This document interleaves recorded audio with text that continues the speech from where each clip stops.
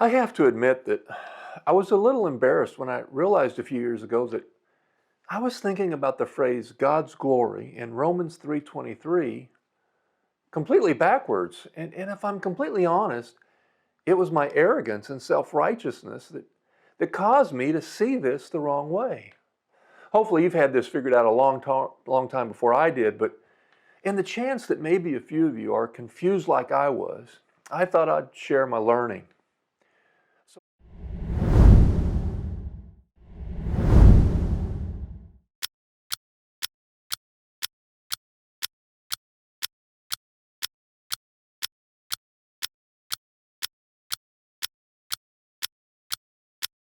So let's look at the verse. It's a well-known verse that many Christians can quote. Even if they don't know the book, chapter, and verse, they can probably recognize the verse and can quote it.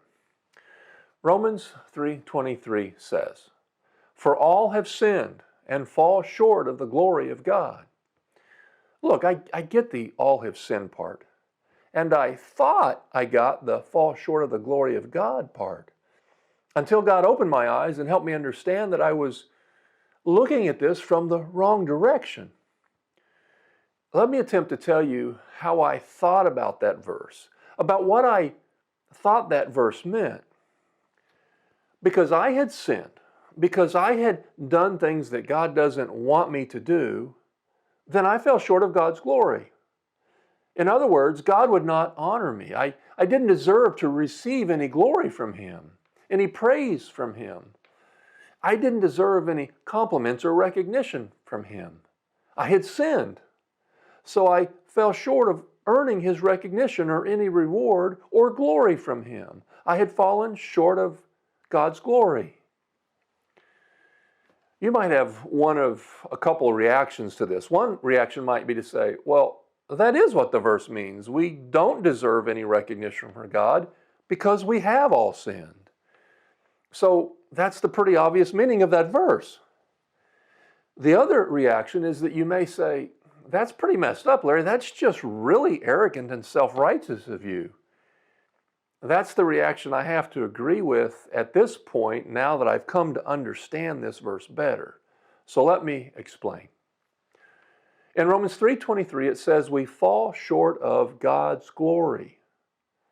The critical part is understanding whose glory we're talking about.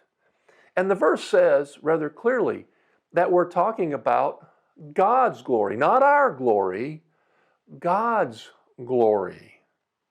So when I was interpreting this verse as receiving some kind of recognition or honor from God, I just had it backwards. The recognition needs to go the other direction. It's His glory. It's God's glory. And when I switched my perspective on this, when I started looking at it from the other direction, then I came to understand that my sin wasn't keeping me from getting something from God. My sin was keeping me from giving something to God. And what I wasn't giving Him was the glory that He deserved, God's glory, not our glory, God's glory.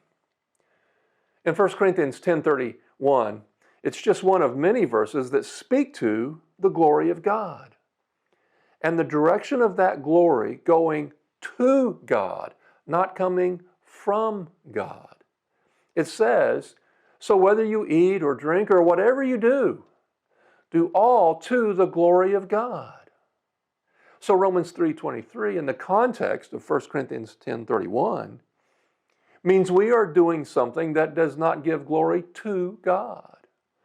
And what we're doing is sinning. We are violating God's will for us. We're violating His principles or guidelines or rules, or however you want to phrase it, that shows others that we don't respect Him enough to live the way He tells us to. We sin and fall short, therefore, of giving Him the glory that He deserves. Not that we deserve, that He deserves. Well, there you have it, my admittance, my confession that I was being arrogant and self-righteous, looking for God to give me something that all along I should have been striving to give Him. Let me just say I am grateful for God's patience and forgiveness. Anybody out there been confused about this verse like I was? Please don't tell me I'm the only dummy that was looking at this from the wrong direction.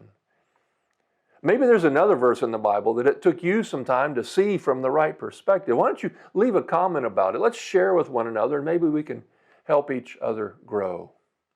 Let's all give to God the glory that He deserves. Thanks for listening. God bless you on your journey.